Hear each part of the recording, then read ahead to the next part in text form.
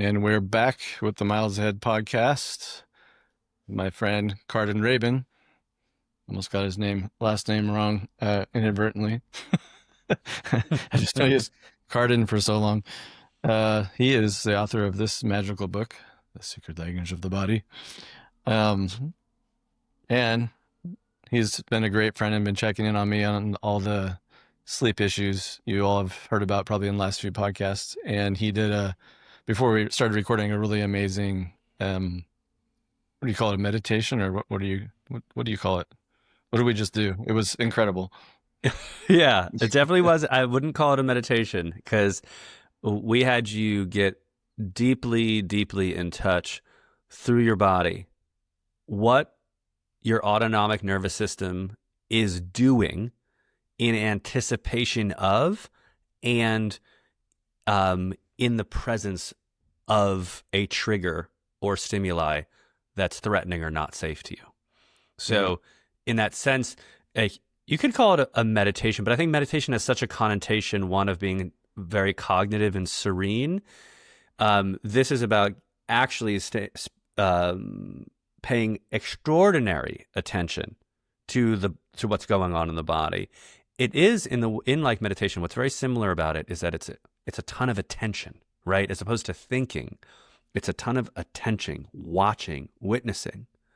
And then furthermore, though, is instead of just witnessing, we started to influence and shift your autonomic nervous system. So we can get more into it, but that's a bit more how I'd describe it. Got it. Yeah, it was super helpful.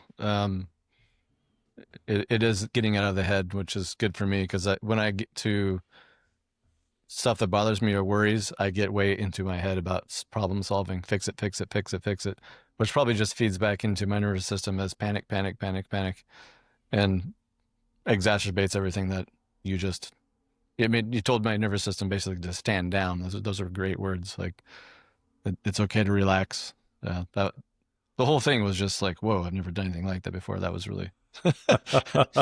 People are going to be like, why did you guys do that without us? We might lead a little something like that. But Miles, I'm glad you said you've never done anything like that. I led a retreat at Kripalu a week or so ago, and at the outset of the retreat, I have a conversation with the people, and I say, you are not here to learn a bunch of bio or nervous system hacks.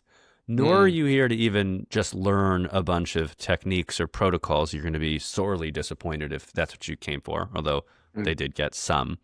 I said, the best metaphor I can use for what's going to happen while you're here is what happens when you learn to ride a bike. And I take about 5 or 10 minutes to tease this out in the workshop or the retreat. But the answer to what happens when you learn to ride a bike is only one thing. You discover balance. It can't be given to you. You can't be taught how to get balance. Someone can say, here's the stuff you need to do a bunch of times over and over and over again. And then somehow randomly, within a couple days or weeks of trying, all of a sudden, your body knows how to balance on the bike. Forget pedals, forget steering, forget brakes. Once you have balance, you can essentially do anything you want on that bicycle, right? You can also do any kind of cycling you want. You could go road racing, you could go mountain biking, you could ride a unicycle if you wanted, right? And once you have it, you can intuit all different ways of using it. What most people don't understand is that you can learn how to have direct real-time agency over your autonomic nervous system. Real-time direct agency over your autonomic nervous system through very attentive and very subtle things that aren't like, oh, I need to go do sauna and cold plunge to downregulate, right? Or, oh, I need to go exercise to discharge. I'm not saying any of those things are bad, but they're all treating your body like it's some kind of mechanism that needs to be put through certain experiences to shift, as opposed to you fucking driving, right? Yeah, yeah. Uh-huh. I was, basically in the passenger seat next to you, showing you how to drive in this moment, right? Saying, try this, try this, try this. But the takeaway should be is like, whoa, Karden had me pay attention to a couple different things. And the first thing I got to notice was all the negative stuff my autonomic nervous system and body is doing in anticipation of the thing I'm afraid of. That was Mhm. incredible, right? Then I just said, hey, try this thing called spreading and a little bit of this language and see if you can get and that autonomic nervous system, your activation and your fear dropped like 70% over the course of like 5 to 10 minutes. Agency, balance, driving your own autonomic nervous system. It still works great with all those other things we talked about, but that's what the book's about. That's what my work is about.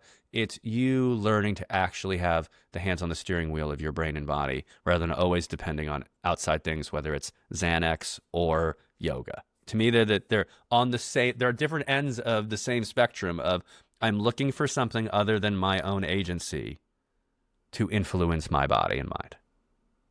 Mm-hmm.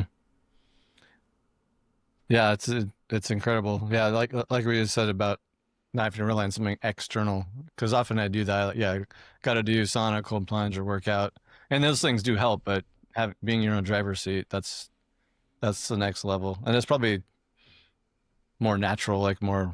Well, maybe I don't know. I don't. Maybe we evolved to go stumble upon cold water, but maybe this is the next road in evolution. Is us taking over our internal landscapes and being in the driver's seat of our nervous system. Believe it The or not, first time I'd I say ever it's more. experienced that, Oh, go ahead. First time you ever experienced that? probably doing Wim Hof breathing and then the Huberman physiological sigh and noticing the effects of it just by doing like breath work. That was probably the first time, and maybe a little bit of meditation, not really realizing that was what was going on. But Yeah. Yeah. I don't know if that makes sense or not. Anyways, um, where to begin? And hope our connection doesn't rattle too much. It looks like my internet's doing No, funny things. you're still coming. Good thing for me. I wanted to comment on. You said about going up in your head. One of the most Sure. common things I find, and this is, I think, especially for men, is that when we're having some kind of experience of threat or problem, um, our default, and this is very practical, is to go into solve mode. Yep. And you can actually think of solve mode and thinking mode as sympathetic energy, right? A fight or flight, a productive survival response, trying to play itself out in your head. If I can think enough about this, solve it, figure it out, I'll get to where I need to go. Now, sometimes that obviously works. But when a man gets stuck in a situation where he feels under some kind of threat, can't solve it with action, can't solve it with thought, one, he gets very stuck because now he doesn't know what to do. I don't know how to, if I can't solve the thing, because that's the way I've fixed everything, then basically it's like a dude has like two fucking things in his quiver. I'm going to fix it and solve it, or I'm going to like masturbate and do drugs, right? Like they've got almost no other no other techniques in the toolbox for dealing with how problems and how we don't feel good. And then you're absolutely right, man, that then when it's in the head and it can't be solved, the head then becomes an echo chamber feeding back lack of safety, survival state back to the body. And then you're in this awful Arkanoid game. Wait, hold on. Most people listening won't know what Arkanoid is. You're in a terrible tennis match where both sides are throwing more and more balls at each other, none of which are improving the situation. Body and mind, body and mind, body and mind. That really tracks. Yeah, it's like you send your mind on a mission that it can't solve, and it comes back as the mission was not safe. We couldn't solve it, and then we're just all spun out. And what's the easiest thing to do is use numbing agents. It's like that's. Yeah. I mean, women probably do it too, but I think men. It's like like you said, we got two arrows in the quiver, and those are the ones we reach to the most. And they often really don't. I mean, sometimes they work, but to our detriment. Yeah. If that's all we got, that's not very many arrows. What if you run out of arrows? What's going to Right. happen? We need a lot more arrows in that quiver, man. Yes. So what kind of arrows can we put back? Can we craft and put in the quiver, especially for men who get in this space? I think that, you know, a good defense is the best offense, right? So how does that translate? Your listeners are going to know this, and if they're not, then they're going to know it now, and don't argue with me. Well, you are an expert, so yeah, they can take it or leave it. Which is that I'd say the vast majority of the things that a man experiences as threatening to himself are actually not legitimate, clear, and present dangers or threats. And that a lot of his discomfort or fear or rage response in his body is the result of wounds, injuries, and stresses and shit that happened to him when he was a kid. Yeah, for sure. Period. Mm-hmm. So one of the first things we can do is, I'll give this example. I think when my wife historically, when she got angry, before I knew any of this stuff, I would basically, I think, use 3 strategies. The first one is the first quiver we just talked about, which is I'm going to try to solve her problem. This could not be more stereotypical, right? I'm going to try to solve her problem. Yep. And then what usually happens, because most of the time us men are not successful at solving her problem in that moment. Mm-hmm. If we're unsuccessful, we get frustrated, and then we go to one of 2 options. One is attack. Fuck you, you dumb bitch. Like, you know, I'm trying to help you here. Listen to me. Like, this is, you know, and then we literally get angry. We're like, this is your own problem. You know what? Fuck off. I'm not even going to try. All right? Yeah. Okay? You clearly don't want to be helped. Yeah, exactly. Yeah. Right? So because, and then the last option, which either happens first or happens after the fuck off, is I'm out. I'm out. I'm leaving. I'm going to the basement. I'm gonna go play a video game. I'm gonna get on my phone. I'm out. Right? You get your shit together, and then you can come back to me. Yeah. So before I knew this work, that's what I did. Then I started doing this work, and I was still doing that. But then I started to really do the work and slow things down. And this is really important, guys. We got to slow things down. Like get into the slow-mo instant replay referee camera view of our body and our reactions to see why we're actually behaving the way we're behaving. So when you slow it down and get into the body, when my wife got angry, but the first thing that happens in my body is that my chest gets tight, my heart rate would increase, and for lack of a better word, I would feel uncomfortable. And for a more accurate word, as an adult man, I would feel scared and like I wanted to go away. And if every man here slows shit down and slows it down like an arrow coming at them, if they can imagine their partner's anger or insults or shame as like an arrow coming at them, like the Matrix. Like the Matrix, right? We're going into bullet time. You'll start noticing that before you tell her to fuck off or even try to help her, that your body reacts in some kind of protective or an unpleasant way. Guys, we all know that you come into your house and you're putting your stuff down, and based on within the first 10 seconds of how you're greeted or not greeted, you already know what you're walking into. Fuck yeah. Okay? So, you know, you walk in and you don't get that like sweet little hello, especially if wife's been home with the kids all day. Danger. You know, the first, you're like, fuck, danger. Oh, shit. And you're like, it's not even your fault, but you're in red alert. And you know it's going to become your fault. Yeah. So, back to a defense being a good offense. All right.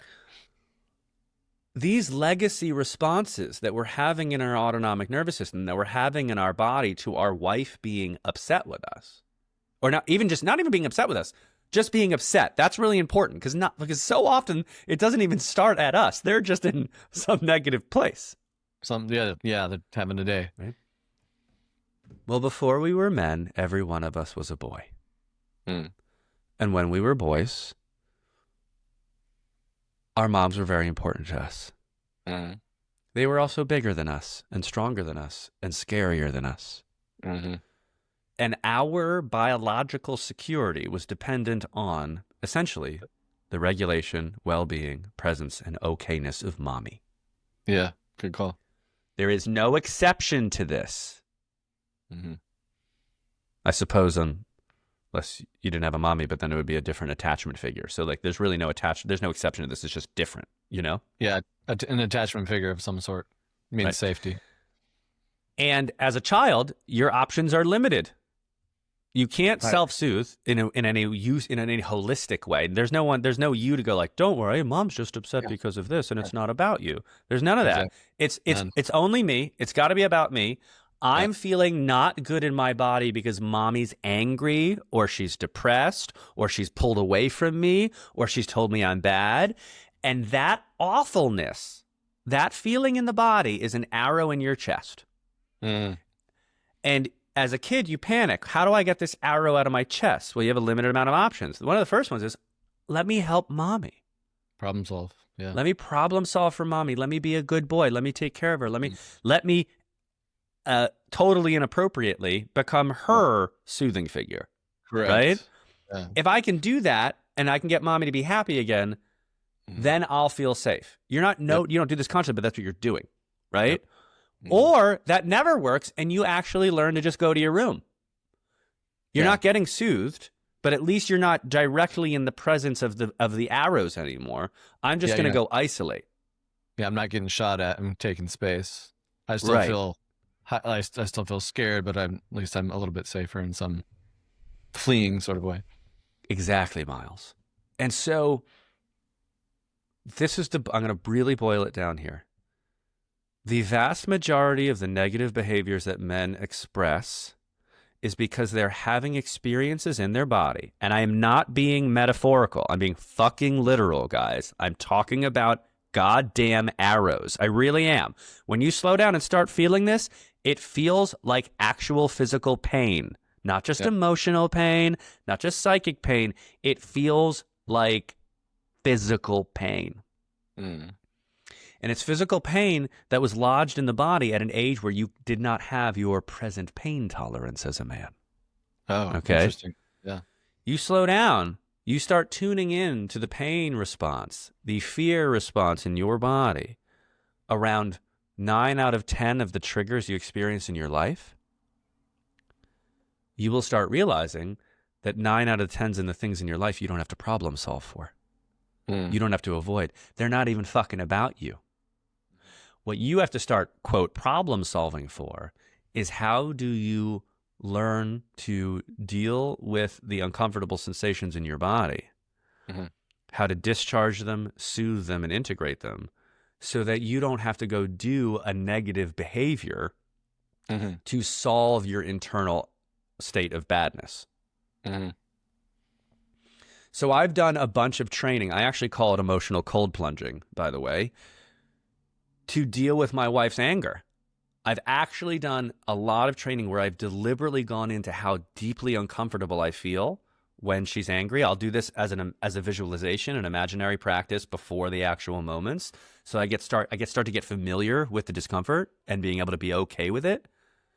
And then also I've literally, like I'm going into the octagon, I treat opportunities when my wife loses her shit to be with my own incredible discomfort and not yield.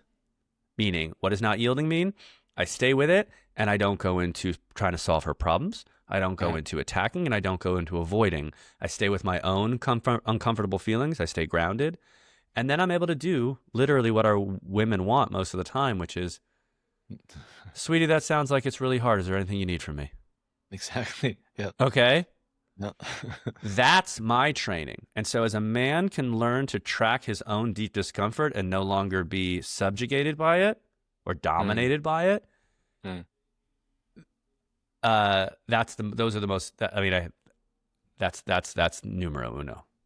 That's huge. I think you just saved like 100,000 relationships in the in the East Coast area. Another thing I learned from your book, allostatic load and nervous system paradox, like where the nervous system sort of flips. Maybe you can unpack that one for people. Yeah. You know, we already, in a way, we already touched on it talking about that terrible volley between mind and body, right? In terms of it becomes a self-reinforcing mechanism of like self-destruction, right? So Totally. Yeah. allostatic load is the fancy medical or scientific term for the cumulative effect of stress on your organism's ability to take care of itself. So, I'll stick with that. And so as you're dealing with, for example, unresolved trauma from the past, that's part of the cumulative load, right? As you're dealing with, let's say, financial stressors, relational stressors, or even let's say illness stressors, like you've got Lyme disease or Epstein-Barr or whatever. All of those things, from the past to money to relational stressors to biological stressors like infections, even being fucking dehydrated, add to the allostatic load. Okay. It is the same biological system trying to maintain homeostasis and well-being while basically feeling more and more and more under attack and on a war footing. Under attack and on a war footing. Analogy that I like to use as well, this is not a political commentary, it's just a reality commentary. The more money you spend on defense spending, the less money you have to spend on domestic healthcare policies, right? It's a matter of just math and accounting, right? Resource. Yeah. Just resources, right?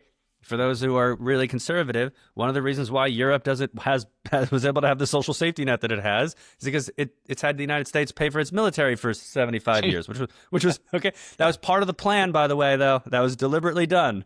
Anywho, point being is that you have more money for a healthcare system when you don't have to have a huge defense system.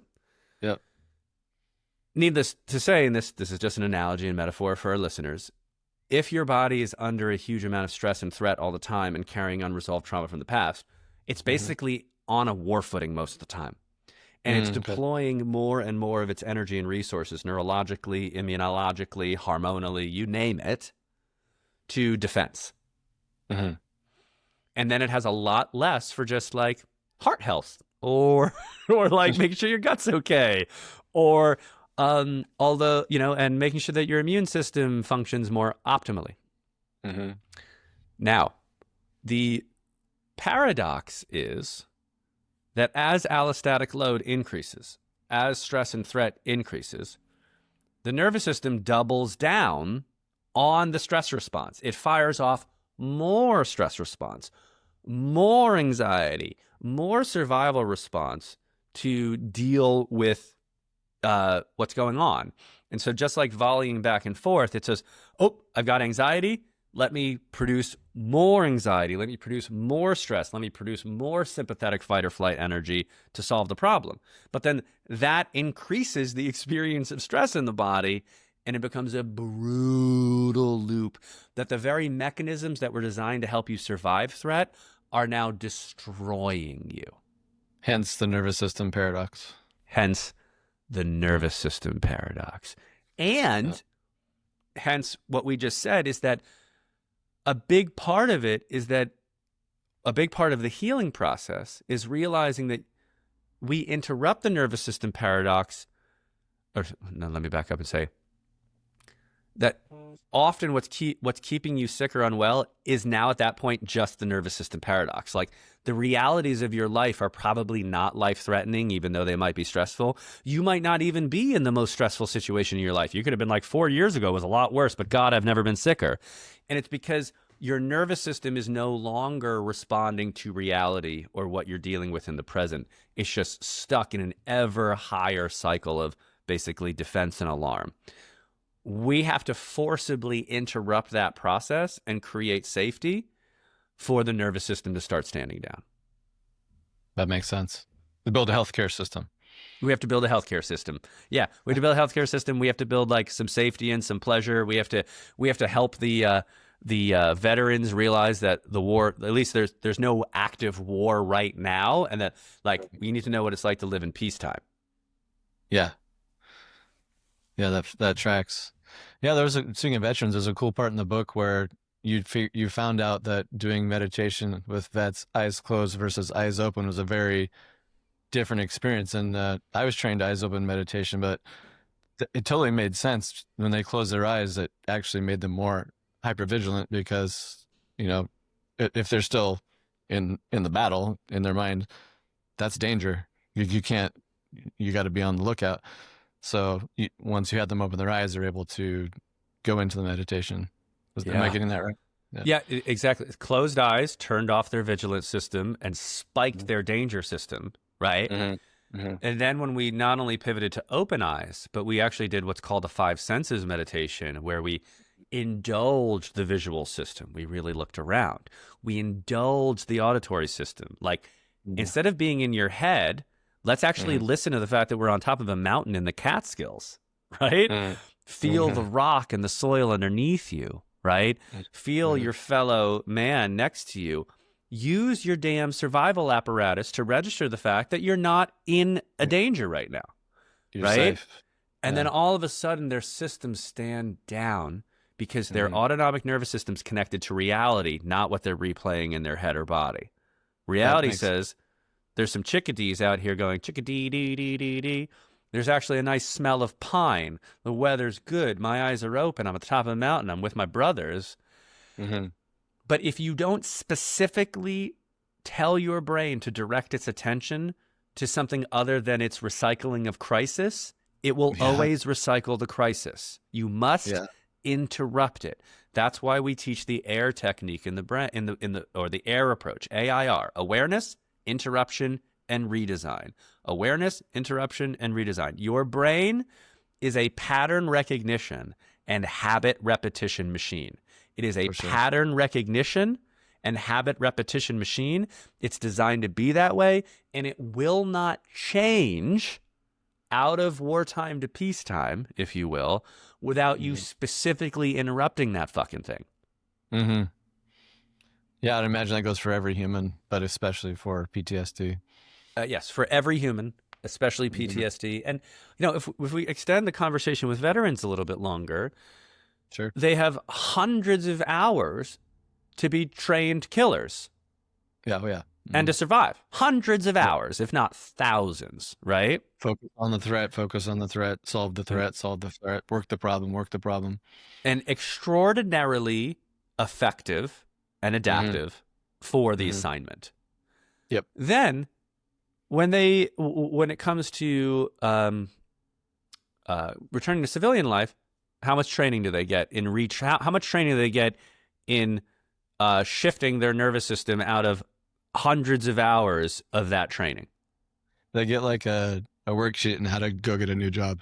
Right. They get a worksheet, and it's so fucked up, dude. The VA barely helps. Like they do a terrible job about reintegrating into society. Exactly. And so instead of the folks that are listening, if you happen to be a veteran, some of this resonates with you, like you're not broken, and there's really nothing's being done wrong. Your brain is doing an exceptional job of applying training that for one situation that's completely incompatible to the current mission of peacetime, right? Yes. And if someone, in the same way that you had to be trained to do the job, you need to be trained to do a different job. And that's autonomic, it's neurological, it's in the body, it takes time, but it's totally possible. You also don't lose the edge either, by the way. You just lose the cracked out edge. Yeah, that's a good. I think a lot of veterans will love to hear that because they're afraid of losing. Yeah, they're afraid of losing their skill set.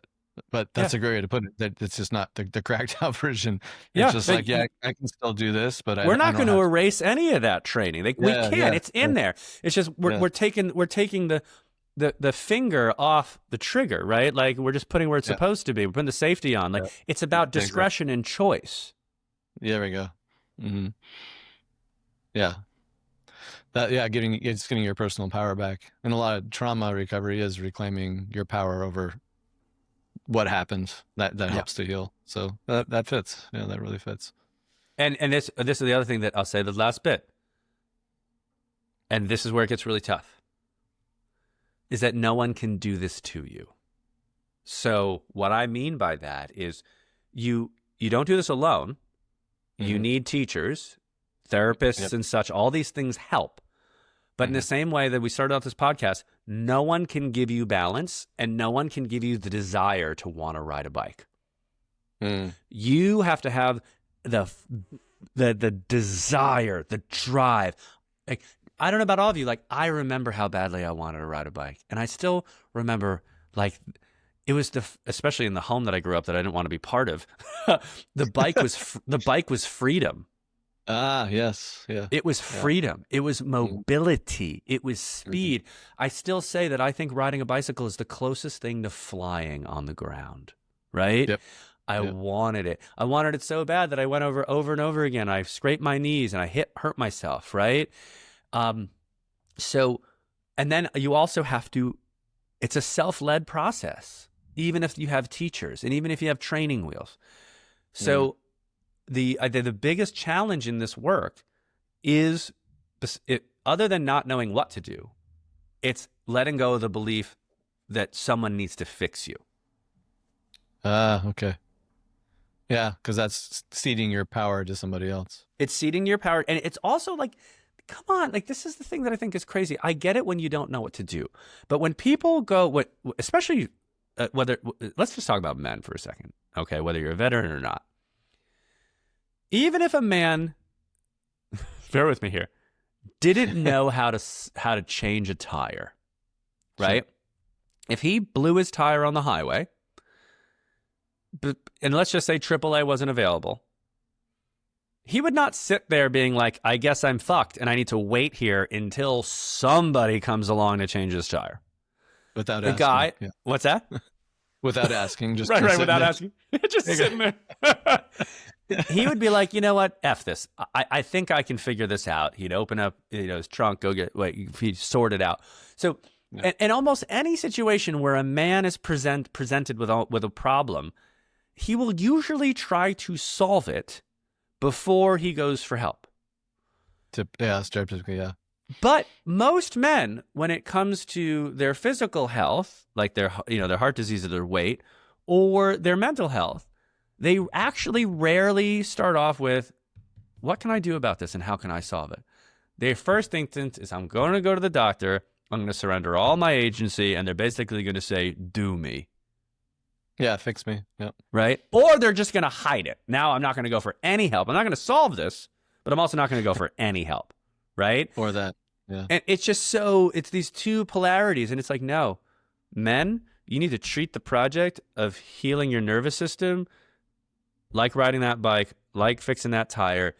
You need some instructions. You need some right knowledge. You need some people to help. But ultimately, like, no one's going to do it but you. Yes. That's a key point. Getting someone to get there is the hard part. But if you have a significant other in your life, they're probably going to harp on you to do it in some way. Yeah. Yeah. Helpful. Another part in the book I thought was cool is there's so many cool diagrams and like practices you can do in the book. So get the book. There was this one picture of the body and it was like trauma equals surviving, pain equals anger, depression equals overwhelm, and anxiety equals abandonment. And the depression equal overwhelm one was like, man, that I never thought of it that way before. Like being depressed came from maybe being overwhelmed. I would have thought anxiety, but It wasn't. It was abandonment. It was anxiety. You know what figure I'm talking about in the book? I do know what figure you're talking about. That just really stuck out to me. Yeah. So I just want to say it's not like a one-to-one sort of thing, guys. I just want to say that it's not meant to be like depression is always overwhelmed. But what it's meant to say is before you start developing the awareness to understand the signals from your body, someone will have given you the label of you're depressed. You're depressed. And then you did a little, maybe then someone said, well, it's because of your brain chemistry that you're depressed. Okay. So now once again, there's a reason beyond your agency for why you are the way you are. When you actually start developing your awareness of your autonomic nervous system, which let's actually put it this way, guys. This is more, I like to put it in KPI language sometimes. KPI, for those of you, most of you know, key performance indicators, right? Corporate speak. Corporate speak. And if someone in a business meeting said, we're $500,000 in the red, and everyone just went, okay, that'd be like saying you're depressed. But no one would ever do that. They'd be like, we're $500,000 in the red. And then they'd be like, okay, great. What's going on? Let's start listening to the business. Let's start looking at these spreadsheets. Let's start seeing what's going on with our teams.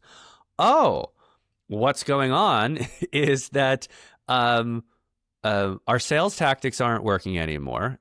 And we're overspending over here. And our competitors are up. Like, you're going to find some details in the data. When you start feeling into depression, we'll go over the obvious ones. There's usually low energy. There's a sense of hopelessness. Right? But there's also language in the brain. There's apathy. There's, I can't do this. There's, this is too much, right? I can't do this and this is too much. Then we go, why?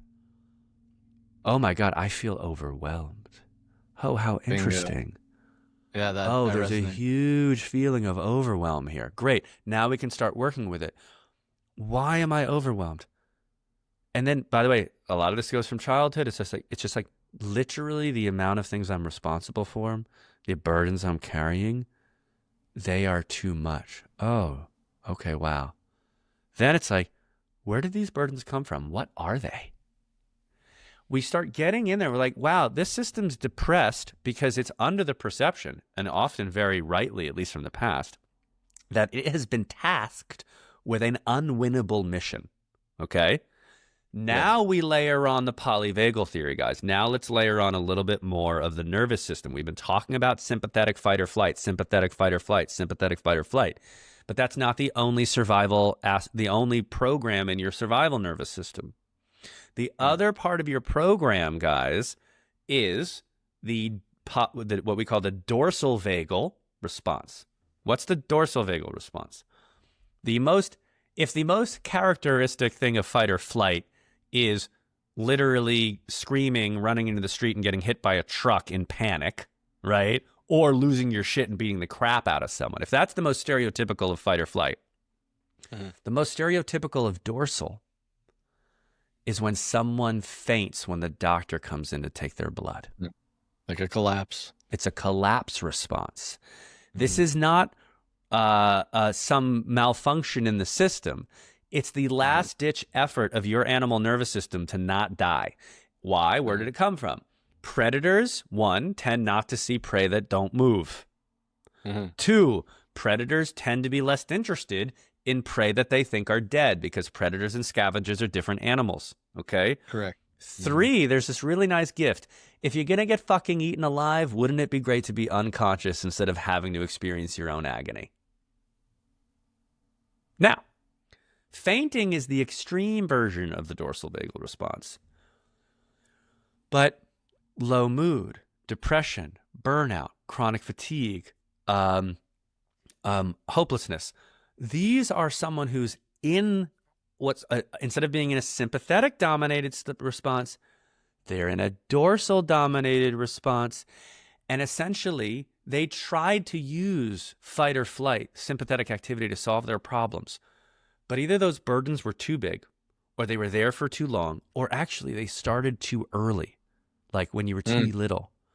Yes. And your brain and body, instead of being on a war footing forever, like an active at arms footing, has actually been more at a we're in a bunker buried, Yes. waiting for this stuff to stop response. Fucking trench warfare or something. Deep. Now, I know. It's like we heard the nuclear alarm klaxons. We're 100 Okay. meters under the earth, and we don't even know it's safe to come out. We're just hiding. We're just hiding. Or every time we check for news, instead of seeing reality, we see the news from the past, and we're like, nope, I'm gonna stay down here in my nuclear foxhole. So this is what we're saying: is that on the surface, it's depression. We say the neurochemistry that they can measure is not because you're not depressed because of your neurochemistry. Your neurochemistry is doing what it's doing because you're in a dorsal dominated shutdown state. Uh-huh. And everything else we see, from low mitochondrial function to mixed up neurochemistry, all of that is because the brain is saying, no, I'm in a bunker. We teach people when, people who do somatic experiencing, polyvagal informed therapy, we work on getting someone out of the bunker safely. We work on getting the nervous system to no longer depend on the dorsal pathway. We help someone all of a sudden reclaim the healthy, positive aspects of their sympathetic energy system. We help them realize all these sorts of things. And so that's what we mean. When you depression, overwhelm, we start looking at the KPIs, we start looking at the details, and whoa, there are reasons for this. And when you start dealing with the reasons and the elements, real change happens. That's so huge. It's like, yeah, we think we're depressed and it's neurochemical, but that's just obeying a response from the nervous system. It's not some sort of just brain only. It's doing its job basically, just in a haywire kind of way. The brain's perception is king, and the brain's perception precedes neurochemistry, is the way we'd put it in most cases. Okay. And the brain, I like to say this, it's a binary. If it's 0 and 1 programming language, is always safe, unsafe, or safe, danger, safe, danger, safe, danger, safe, danger, safe, danger, safe, danger, safe, danger, even in your own biochemistry. So for example, when someone has an allergy to something, that's the brain saying danger, and then we're launching a huge autoimmune response to that, right? Got it. Okay. And so we start working with those 0s and 1s and moving a brain out of a dominant state of danger, danger, danger, and all sorts of magical shit just starts working in the body again. I love it. So it's the same with anxiety, abandonment, trauma surviving, pain, anger. It's a similar move, just different. Similar moves, right? If we went into anxiety, once again, let's go back to men being in their behaviors when their partners are angry. Underneath the anger is usually actually an anxiety, a fear, a uncomfort in the body, because unfortunately our brain, pattern recognition, habit, repetition, sees our closest female partner as our mother. Not all the time, but like that's part of the mapping, right? Totally. Okay. Yeah. And so once our autonomic nervous system seeing our primary partner as our mother, if our primary partner becomes angry, that all of a sudden makes us feel unsafe, right? Danger, danger, danger. That's going to turn on some fear. That's going to turn on some anxiety, right? I'm going to be like, whoa, actually a lot of my anxiety when I go underneath the surface is actually these very present fears of separation, of not being cared for, of rupture from parent. That's all of a sudden been mapped onto my wife, my primary relationship. Oh my God. But then you can start working with that. So yeah, each one of these things has a lot of it can keep going. Yeah, it's incredible. I want to marry like the fields of psychology with the fields of the body and the nervous system more. We've been siloed off for so long, but I think it's coming around, and they have a lot to teach each other. And this is kind of where they intersect, which I think is super important. Another cool thing in your book was inner child work, and you name that just amazing African proverb: the child who is not embraced by the village will burn it down to feel its warmth. I love that. That's so good. A huge amount of my Uh, it you have to be quite, as in my opinion, you have to be quite the man to own up to how much you are owned by the inner emotions of a child. Yeah, and I think men don't like that, but it's so fucking true that Yeah. there are so many wounded ages of your inner child inside of you. Correct. And so, like, I largely now measure much of my masculine success at my capacity to, without shame, own the reality of that when I get triggered or I'm behaving the way I don't want to behave, that I reject all the rationales, all of the rightness in my head, all of the explanations, that I reject trying to protect myself, and I look as fast as possible for the inner child that's freaking out. Mm. And then I view another big correlate to the level of my masculinity and my power as a man, my ability to, as quickly as possible, then care for that inner distress through inner child work being one of the sort of therapeutic approaches, and realizing that when I can bring, like, at the uncivilized initiation, we get that coin from Traver, the challenge coin, which I keep with me Challenge all coin. the time, that It's a says, good one. let others be safe, for I walk among them. Right?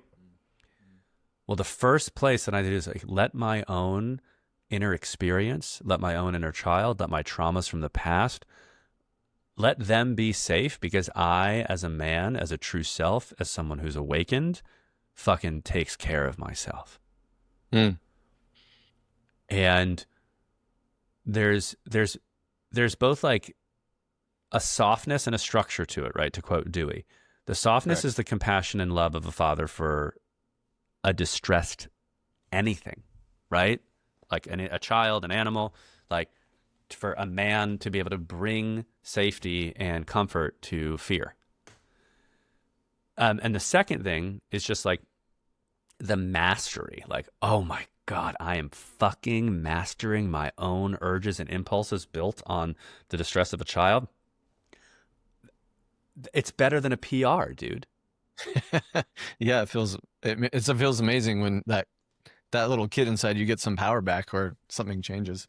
Yeah, exactly. But also it feels like a thrill. It's like I could have gone and run a marathon and felt successful, but when I actually turn towards my inner distress, take care of it, and then I don't react like an asshole to my wife, and I didn't have to rationalize shit, and I got to be who I wanted to be, I feel like a god. Yeah, and a lot of energy saved too. Totally. Right? So I just I really wanted to point that out, that's where why the inner child work is so crucial. And until you learn how to take care of the tantrum inside, Yeah, um, good way to put it. not through domination, through the Yes. best of a Yeah, don't kick father. him. Don't kick him in the balls. Yeah. Don't kick him in the balls. Love and lead, love and lead, love and lead. And it starts inside. It starts inside. Yeah, I think those of us who are fathers, it's sort of a little bit easier to do because you imagine your own kids, and it's so easy to like, oh, my daughter's having a hard time, let me take a knee. But when it's yourself, you just kick yourself in the balls and beat yourself up. It's like, wait a Exactly. second, I shouldn't be doing that. I can take care of them, but I'm a piece of shit, and I need to get Yeah, it together. yeah. What the hell? I guess that's a good segue into our work with our lovely mentor Traver Bowen. We've been doing a lot of work with him, and I just hope every man can get a chance to do the men's initiation to men uncivilized. Do you want to share your experience? Phil Horning and I did a podcast on our experience right like the day after we got back. We were still like in a liminal space, and probably the podcast probably didn't make a whole lot of sense. Now that we're integrated, what came up for you? What do you remember? What has it caught up to you? What you went through? Because you did a really amazing piece that I had the privilege of being a part of with Traver. And I also do get credit for introducing you to Jiu-Jitsu. So I Yes, want to he just put it does. out there. Thank you, Miles. I'm You can, actually I'm you literally can, going right after this. Fuck yeah! If you I'm get a- a black belt, you get to say you're a Miles black belt. It's like Jocko, whoever he got into jujitsu. You say like, oh, now I'm a Jocko blue belt. I'm a Jocko brown belt. oh, So excellent. you get to say you get to say I'm a Miles black belt once you I'm get going to there. do So that for you. I really am. I get credit. So, yeah, I think we can actually, there's so many things I can go into, but I think we'll start with that piece, actually. Cool. The All right. Gestalt piece we did. Yeah. So, guys, just in terms of this piece, I was in it, so I kind of like, I have very little narrative memory of it, but I have some, and I also remember what folks on the outside said. But if you can imagine me with Miles and Traver and maybe a little more backup, and that there was basically a moment where I was invited to release all of my power, all of my energy, all of my anger, to like its maximum. I don't know if savagery is the right, and I'm going to use its most unbridled form, unchecked, unrestrained. Mm-hmm. But while knowing that, like Miles and Traver, and if there are any other men there, like they could take me, right? Like Safe place. Yeah. Safe Power can be met place. with power. Safe place for maximum power to be met with containment. Mm-hmm. And why I think this is important for a lot of men, and what I want to say about this is that one of the main reason why men don't go and ask for help is that their lived and learned experience is not only is there no help, but the only success I've had is through my own help, my own power. Like, men have the illusion, and it's through their lived experience, that there's basically nothing stronger or better than them. When it comes down to it, their own strength is the only thing they can rely on. When you believe that, when you know that in your bones to be true, in one sense, you can be very effective. You can be very self-resourced. You can be a great lone wolf and warrior, and you get a tremendous amount done on your own. On the other hand, you are permanently, on the deepest levels, totally isolated, totally alone. Lonely. You don't believe there's really anyone else you can call. Mm-hmm. And you do not believe that if you were to fail, if you were to actually reach your limit and fail, that there would be anyone else there to catch you. Yeah. That's not a good feeling. It's not a good feeling. We're all so normalized to it that we don't know it's not a good feeling. But it's basically our deepest fear, and it's our permanent anxiety as men. Mm-hmm. This is one that I've lived my whole life. So to go through an experience where and by the way, we're enraged by it. That's another thing that every one of you needs to clock. And whether you believe me or not, trust me, you're wrong. I'm right on this one. We are deeply enraged by our self-reliance, by our permanent self-reliance. You might have locked it away in a box that you can't find, but it's there. Yeah, we're wired to be in a community, not out in the savannah by ourselves. Right. It's scary. And every lick of self-reliance we have, and the stronger it gets, it's built on more repressed resentment that we cannot be cared for. Yeah, that's the way you put it. Repressed resentment. That's spot on. And so when I got the chance to completely let that lid off, to an extent that I've never been able to safely do to that extent, and to an exhausting extent, we're also like, it's like day 2 at like 11,000 feet, right? No oxygen, I know. I live in New England. I live like up like a couple hundred feet above sea level. I was a childhood asthmatic, and I went like all the way. So by the way, I also like had an asthma attack while that was going on, but that was actually part and parcel. That was actually a good thing, by the way. And there's a bunch of dust coming up and shit too. Like, right. It looked like Wile E. Coyote, you know? Yeah, totally. And then what happens is, whoa, I am completely spent. I'm completely exhausted. Mm-hmm. My force was met by other men. Mm-hmm. I'm now collapsing because I'm just smoked. And also, You had a lot. You had a lot But of power too. Like Traver and I were trying to use our best jiu-jitsu to keep you in place. And at some point I stepped back and was like, I'm letting Traver take over. And as you two were locking horns, and he's like, bring it. I got you. Bring it. And you were strong. Like some shit was coming out of you. It was impressive. oh, it felt so good. And to like, so our strength, that strength that says we can only rely on ourselves, I can tell you this from my own bones. It wants to be tested. It wants to meet a loving barrier, a brother barrier. It doesn't want to lose, right? It doesn't want to be destroyed, but it wants to be able to sink its teeth in till it can't sink it in anymore, and there's that power there. Yep. But then, guys, strength, softness, and structure. Yes. And then when I was totally spent, totally over, and Miles and Traver absorbed as much as I could give, and I collapsed, then the men, I think like almost 10 of you guys, basically created a hammock out of their arms and held my smoked body. Yeah. And we rocked you. And we rocked me. You. We can slight hum. And I got to basically rest in a way that my mind, body, and heart hasn't trusted resting.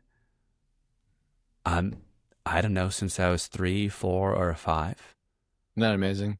Right? Mm-hmm. Just talk about standing down. Talking about putting the military off for a minute, right?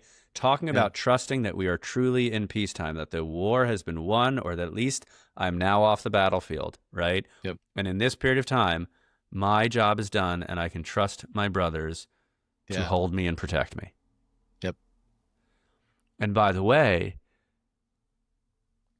real healing, for example, of a wound, physical wound, takes rest. The body has to stop. It has to rest. It has to say, we need time to heal the laceration or the bullet wound or the concussion. It's like the body says, we need to turn off safely for a while so that we can fucking rebuild this piece of us. Yep. That was kind of like what it was for, very much for like my heart and my psyche. I got to turn off completely. I got to finally stand down. Mm-hmm. I rested in a way that no massage or float tank ever actually allowed me to rest, because I got to rest in the arms of my brothers and community and feel utterly safe. Mm-hmm. And since then, it's like I needed the lesson on that visceral of a level to actually trust that I can be helped by other men and other people. That I can trust that, like, like you go doing something with some guys, you're like, yeah, Miles will do his part, but you're also like, let me double check his work. Let me, like there's always that part of you in the background that's like, I'm not going to fully surrender control to that guy because I have to be ultimately bottom line ready. And there's a logic to that, but there's also a prison to that. Oh, good call. Yeah. So even a week ago, when I led my retreat at Kripalu, my 2 assistants, I've always trusted them, but I trust them to a level of depth that I would have never been able to trust before that exercise, Miles, where not only do I believe that they will be able to handle their portions and that I need to give it zero attention, I rather live in a world of trust where I might get occasionally burned again, like they might fail and that's okay, than live in a world where I don't trust and maybe I, quote, don't get burned, but I'm always on. Yeah, that's stressful. It's so stressful. And also, it doesn't work because we still get fucking burned. Good point. It's still going to happen. So it's like I can be a total lone wolf, be fully responsible, not trust anyone, protect myself from their failings, and then I'm permanently stressed out, permanently responsible, and those fucking things still get me. Yeah. And rather share the load. If we're not smart, we'll go, oh, look, that is true. Then we'll double down. I have to keep protecting. Exactly. And I've We're not. literally drawn a line in the sand. Like this is almost now a moral principle. It is a Mm, moral principle that I rather deal with the risk, and, quote, risk and potential poor outcome of, by extending trust, something bad happening. And in the meantime, being able to benefit from all the wonders of trust and actual relationship. I'm choosing that risk, that fear, over the, quote, assurity or comfort of permanent control. mm-hmm. Yeah, that must feel good. It was cool to watch that discharge of old shit, and then just you to be able to relax.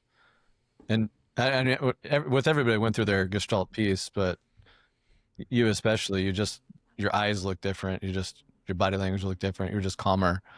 You could tell something had shifted, and this happened for a lot of the guys, but you got to be one of the first. Yeah. It was really cool. It was really, really cool to watch. Thanks. Thank you for being, for taking in some of that energy, Miles. And then also, your further support that, guys, the reason why I'm doing jiu-jitsu is that Miles is basically like, your body liked that, and it kind of knew what it was doing. And Sure the fuck did. and that felt really good to hear from you. It felt really good to have that kind of, let's just say that physicality and that rawness reflected and appreciated. So thank you for that. And then also I was like, yeah, this deserves some more attention, and I want more of this, and I want something in my life that jiu-jitsu is doing a lot of things right now. Like, one, I'm so low on the totem pole. Like, I'm an expert in my fucking life. I'm a head of my household. Like, there's all these areas where I'm the leader and the competent and the knowledgeable one. And it feels so good to be in an environment where, like, I am the absolute beginner. There's no, and I get to be an absolute beginner. I'm not anonymous, but like, I'm not there to be who I am in the world. Right. Yeah. That's Exactly. a super gift. Mm-hmm. Also, in the same way that yoga, a lot of people started doing yoga, they find it really refreshing because yoga's hard. And so you can't be in your head thinking about groceries and your to-do list. Right. No. Jiu-jitsu is it's incredibly presencing, right? Like I get to be just in my body, no head work for 2 hours. Yeah, so nice. It's so nice that way. And then the third thing is, just because I'm a nerd at this shit, some of my inner child stuff is coming up, right? Or past stuff, totally. like, right? Yeah. Like, oh, here's the kid who, I remember it was like when I didn't get picked in middle school for the basketball team, like, or the shaming moment. So I'm getting another chance to go through physical challenges, physical anxiety, social challenges. What is it like, wow, to be a almost 41-year-old man, and when sensei corrects me, not feeling like a total shitbag or hating him, just being like, oh, got it, sensei. Owning it, working on it, right? Yeah, that's it. Yeah, that's trying to help you. Yeah. And you can meet other guys. It's like the retreat. They're meeting you in the same way. It's like they're not trying to harm you. They're just like, no, I got you. Or we're making each other better, but we're teammates. This isn't a competition. You can go do competitions if you want to, but I saw a piece of stand-up where this guy compared going to boxing and going to yoga, which are these two things he did at the same time, and how he's like, boxing was infinitely more therapeutic and welcoming than yoga was. I know, because some people get competitive with yoga. It's funny. Good. Also, not only that, they get competitive. They literally think yoga is going to make them a better person. So there's already something narcissistic going on there. Yeah, for sure. Yeah, they're missing the point with that one. Yeah. You can't get away with that in jiu-jitsu. You're going to get choked out. So you got to keep learning. That's right. And it's also like, speaking of narcissists, like if you come in as a meathead or narcissist or a douchebag, you're probably not going to stay because the coach will recognize it and will say, oh, why don't you go work with Susie over there? And you're like, oh, she's 14, crush her. It's like, oh, no, it's okay. It'll be fine. And he gets tapped out in like 30 seconds. and that ego never comes back to the gym, which is self-selecting. Everybody I've met in jiu-jitsu is super nice because it's like a litmus test, or they get humbled and they go, okay, teach me. And then they come back and they bring that ego down. It's beautiful. Where else do you find that? You don't find it anywhere else. It is. Super hard. And it's that wonderful, and also just like, we know why, but it's also nice, that juxtaposition. It's like, wow, this is a place of combat, if you will, right? Yeah, for sure. Yet this is the highest place of friendliness and respect. Yeah. Yeah. It's sort of right. How uncivilized, to quote Faber. Yes. That's why he loves jiu-jitsu. That's why he used to do MMA. Yeah. And he gets it. Yeah. Oh, one other thing. I think there's something really valuable at a later age, doing something that I'll never be the best at. I'm going to say that very specific. Maybe I will, right? But like, you'll get better for sure. All right, I'm going to get better. I'm going to learn it. But like, it's something that I frame as like, wow, I'm in this art. I'm in this skill. And this is going to be very personal. It's like so gratifying to be doing something that has nothing to do. I'm going to get better. It's going to improve my life in 11 different areas. But it's like, this is not professional development. I'm not going to a training. I'm not going to a seminar. I'm not reading a self-help book. It has no direct correlation to X or Y. It's also something that I will can't feed my ego, because every time it's this positively humbling experience. So it's like, most people aren't doing that. Most people aren't putting them in a situation that's hard. Yes. That has no perfectly immediately concrete benefit or payout or transaction to it. So whether it's this or chess, I think it's really important that everyone have an activity in their life that has some of those qualities to it. That's so well said. Yeah, jiu-jitsu. I've been thinking about doing archery. Cam Haynes is a big bow hunter and marathon runner here in Oregon. He's actually used to work with my sister, so I got an autographed book from him, which was pretty cool. I'd love to meet the guy at some point, but the way he talks about learning archery is you really have to be very sort of meditative. The thoughts in your mind just can't be there. You've got to focus and just reps. It's very calming to do it, but it's also really, really hard. So there's probably a similar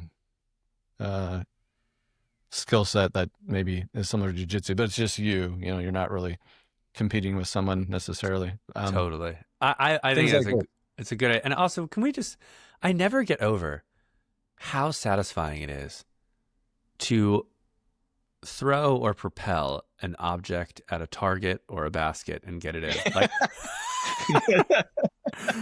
It's just absolutely ancient. It is so hardwired into our wonderful primate nervous system that's like, oh, I nailed it. You'll never get sick of nailing it. Yeah, it's so true. From cornhole to archery to you name it. It's just like, nothing but net is what will always satisfy. That's a good point. Yeah, that's built into our genetics for sure. I love it. What are you up to these days? You're doing workshops, coaching, retreats. When's the next book coming out? What are you doing? I'm doing jiu-jitsu, which was also, by the way, part of being in a little bit of a period of time where I am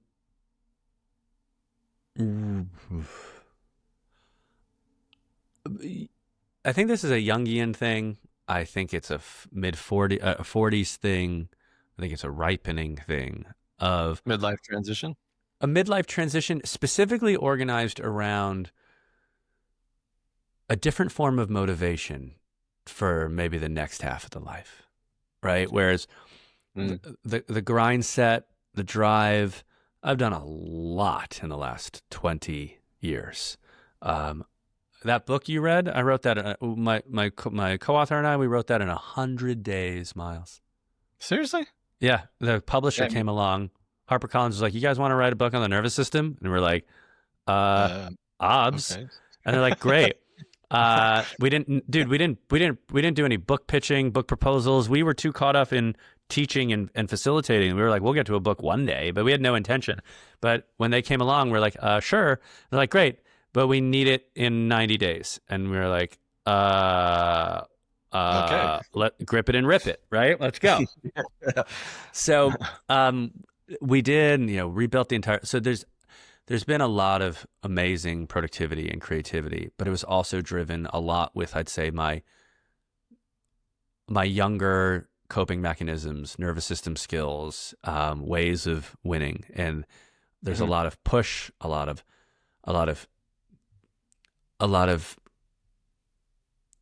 closing down certain aspects of life to do other parts, right? And so I just want to say that, like, one thing is, again, I bring it back to jiu-jitsu, like the idea that I'm spending time doing something that doesn't necessarily have like a bottom line value exchange to it, like it's not making me money, or it's not writing the next book, is like part of this phase. It's like part of this phase is slowing down, deepening, and spreading out. And that's one thing I'm doing. And inside that, most of no plans for a book at the moment. I am teaching another retreat at Kripalu, the Center for Yoga and Health here in the Berkshires in Massachusetts. So a 3-day retreat over Martin Luther King Day weekend. It's called The Secret Language of the Body, Nervous System Immersion. It's been felt so good to get in real life with people again since, basically since COVID. So much went online, and 95% of my teaching and stuff is online. It's been so good to get back in person. Oh yeah, I bet. Been running the HEAL program. So we didn't even talk about this, but like my main work in this space is healing chronic pain and chronic illness. I've become a nervous system and trauma specialist in service of that, of getting people unsick. And so we do that with our HEAL program online. And anything else right now? No, man, trying to like set the cruise control a little slower, let things build. And I'm sure there's going to be another big expression of work, but right now it's the book, it's an online program, teaching some in real life stuff. I'm doing Dewey and Michael are coming out here to lead a men's weekend with Connor in September. I'm going to that because it's 30 minutes from my house. I can't not do it, right? Sheffield, is that right? That's right, Sheffield. Yep. Yeah. So there's more investment in myself, more connecting with my brothers, and men's work. Yeah, just going back to the Jungian, it sounds like you're getting to that sort of midlife transition where a lot of men and women, it's a crisis because the ego's still in control, and they divorce, get the trophy wife, get the Porsche, and it works about 90 days, and then they're back in hell. You're not doing that, which is cool. Jung had a cool quote, something like the first half of life is like putting on personas to find out who we are, and the second half of life is taking them off to find out who we really are. I love that. And you think you're taking them off. You're taking them off. Like, who am I really? I don't care about the ego pursuits. I'm in jiu-jitsu and it makes me feel good. It makes me feel like this is who I am. Like, and you're just listening to that. And that's what we're supposed to do. And the ego hates it. The ego is like, have security. No, you need to stay in the job. You fear, ego, cling. Be famous. That doesn't work so well for your whole life. Like the first half of life, that's kind of what we're trying to do, to find out who we think we are, but then we have to lay that down. And that's the midlife crisis and or transition, depending on that speaks so perfectly to right now. Because what is the oscillation? The oscillation is between what you just described, where it's like jiu-jitsu, and it's sort of also being in a place where I'm trusting the things that I've created, that they need to be tended to, they need to grow. But then there's this other part of me, and it feels less mature. It feels more anxious, although it does have a lot of intoxicating energy to it, that it's like, no, bro, like you need to be on like these TED stages now. You need to go find these like, that you need to go make sure that the HEAL program is like AI super powered and yada, yada, yada, yada. or like no, like there, you need to double your income now, right? So that's the oscillation. The oscillation is into that Yes. sort of old egoic ambition, which also is associated with security, by the way, right? For sure. In the same way that before I associated pure self-reliance on security versus trust, I also associate security, especially in terms of the material realm, on the ego-driven ambition. And now there's this transition is, can I trust that the more authentic being can provide the security? And is there a way to grow at a different pace, impact at a deeper and even bigger level, but not using the same sort of rocket fuel of the previous phase? That's so true. I think it was a lot of guys or women, people in general. It gets cross-mogenated there. Like the psyche starts pushing you to find out who you really are, and it doesn't give a fuck how you get there. And it gives you that energy, like, hey, you need to live, motherfucker. Like you've been playing small, or you've been doing whatever. This job is shit. This is a corporate job you hate. You need to go fucking live.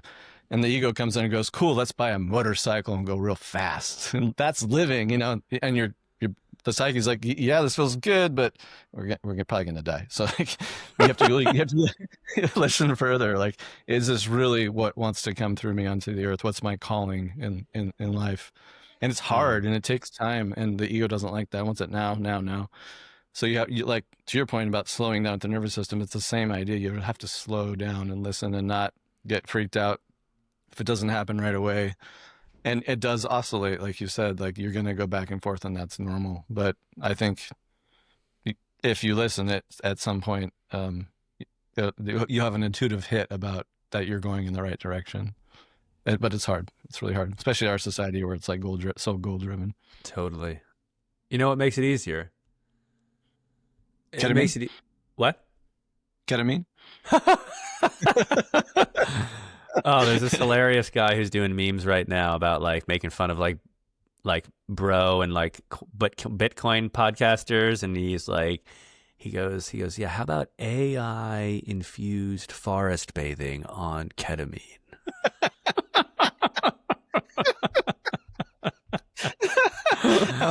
I want to watch that happen. Yeah, I'll send you that. No, I actually what makes it easier is being around like Deweys, especially being around elder men, or at least men that are a little further along than me, that have that seasoning, have that maturity. Like all men, I think, crave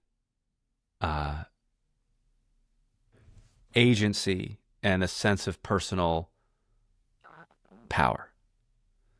For sure. But if they don't see an option that's like Mr. Miyagi, right? Everyone looks at Mr. Miyagi. Everyone looks at Gandalf. Everyone looks at the wise one. Who does not watch one of those films and not wish as a boy or as a man that we had that elder teacher, right? I want fucking Yoda in my life. Yeah, exactly. We all want it. And the one that we look to is that. That's what we instinctively, our little boy hearts, look to that, our man hearts, and say, that's what feels congruent and right for me. But it does not exist for most people, and they definitely don't have a real access to it in another flesh and blood man. And so what's left is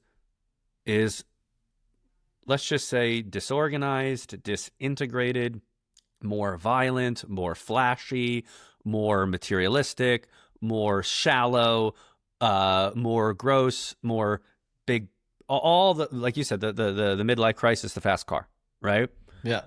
If you don't have a sensei that shows your wonderful man self what's possible, what you could mature into, you don't know how to get there. And that's really true. I want all the guys to hear this. We said it's self-led healing, like we have to discover how to ride the bike. But we also always have someone who shows us that riding a bike is possible. Yeah. Right? There is a certain amount of guidance and leadership, mentorship, caring. when you don't have a living flesh and blood role model, and they're never perfect, don't expect them to be perfect. They're not perfect. They're not perfect. They're not perfect. Just so you know, they're not perfect. Okay. And so if you, Caveat emptor. yeah, and if you reject them because they're not perfect, you're never gonna fucking get there either. Okay. Good point. Good point. Yeah. And if you don't have that beacon to let yourself know that you could move that way, not only do you not know you can't, you just won't. And so then all there is the midlife crisis and the vacuum of materialism and stuff, right? Mm-hmm. And so it's true that men's work came into my life exactly when I needed it most, which was, by the way, a little year and a half ago, not even that long ago, Miles, where if I did not get extended a demonstration of what's possible,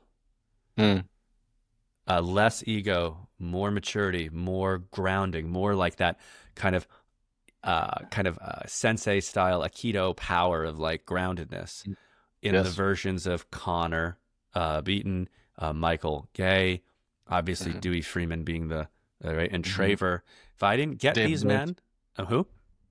And Dave Boyd, he's exactly. And David, if I was like, whoa, then I would not be, I think, in the slightly more in the midlife transition instead of the midlife crisis. And so that's one of the things that makes it easier and makes it possible. And so find those men, guys. So huge. Yeah, we don't have a men's initiation. We don't have, that's a lost art form. You know, women sort of have a biological inbuilt system to tell them they're a woman. It's called the first time they have their period. We don't really have that. I don't even know what we have biologically, weird stuff, but nothing like that. It's like, okay, we're now a man. It's like, we could be perpetual boys if we're not, and that we see that. And most of us are. I think that north of 97% of men are perpetual boys. Still the inner child. This is called the puer aeternus in Jungian terms, the eternal youth or Peter Pan syndrome. And we need like you said, the elder to help us become initiated. Hence why these guys that you just named are so great, because it's hard to find. I don't know a whole lot of people like this doing men's work proper, where this is what's happening. There are some guys out there doing stuff on like attachment or psychological stuff, or like psychologists in my field was more about working with people. It's not really about initiating men into manhood. You need both. And so you do need both, 100%. Yeah, 100%. But to find, I hope more of these guys spring up, and hopefully one day we'll be those like bearded dudes like Gandalf with our staff and running around like fighting Sauron and shit or whatever. But I don't know why I want to say this right now. I think it's because it's built off what you just said. The two best somatic books, but by far the best somatic book on men's work is G.S. Youngblood's The Masculine in Relationship. G.S. Youngblood, The Masculine in Relationship. I read that book, and first off, by the way, I'm an extraordinarily good author and writer. I really am. Yeah, I read the book. I read your book. And so, thank you. And so, so I have a very high bar, and also extraordinary appreciation for people who are good at the craft. And I read GS's book, and I was like, I'm jealous of this book. This guy is extraordinarily good, and it's also very masculine in terms of its what do we say at the men's retreat? Masculine brevity is masculine, right? Like, yeah, exactly. He's direct to the point. You get it, and his practices really work. And so that book is a great way for embodying the masculine as part of this larger journey. And I think the second one would be John Wineland's From the Core. Those are really good somatic books, embodied books to complement, Traver's on Civilized Nation, Connor's men's work. Those are really good ones. I just wanted to mention them. Very good. Yeah. Traver is nice enough to let me have an advanced copy of his 28 Days in the Dark book. He's coming on the podcast in a couple weeks. It's being a good writer is like, that's a fucking really good book. He has a lot of good books that are short, like this. this guy put a lot of work into it. Oh, I can't wait. And I'm we'll see. jealous. You'll see if he passes your litmus test of good writing.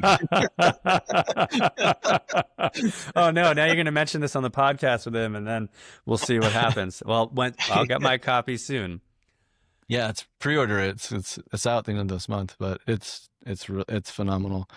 There's a brave soul, and he just got out of a 49-day one, and he did 28 days before, and that's what the book is about. But yeah, good stuff. Mm-hmm. I don't know. Closing thoughts. We're gonna violate the brevity is masculine if we don't land the airplane soon. I could That's talk to right. you for like 4 hours easily, but We'll do it again. I also don't want to be late to please, do Jiu-Jitsu. that's important. It is. Final thoughts. Yep. Miles, we covered some really good shit in this episode. And I agree. I don't want to, the final thought is like, guys, take something fucking serious and actionable from what we talked about here.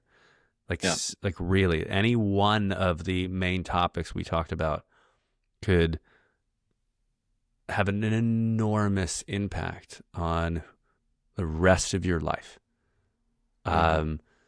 So that's it. Listen to this again, find out which detail jumped out at you the most. And also you're totally welcome, guys, to DM me on Instagram. Just my name, Karden Rabin. I'm always responding. And so if something came out for you here, this is my life's work. I'm here to support you. And we'll do this together. Hell yeah. Where do people go if they want to sign up for your workshops and such? So yeah, following at Instagram, but then also Somia International, the name of my company with my co-founder Jennifer is Somia, SOM as in Mary, IA, like the body, Soma, SomiaInternational.com, and things are always listed there. We also have Somia International, the Instagram handle, and those two places are definitely the best to be kept in the know. Cool. And so if anybody has any questions about this podcast, they can just DM you it on your page. Just DM me at Karden Rabin, yeah, on Insta. My email, yeah, what is it? Karden at SomiaInternational.com. So I got an email too, but we do this together, so I'm happy to have someone be in touch. Great. I can't wait for round 2. It's gonna be dope. Yeah, man. Oh yeah. Well, Miles, it's been a pleasure. I really appreciate you. You're doing good stuff. All right, go choke someone out.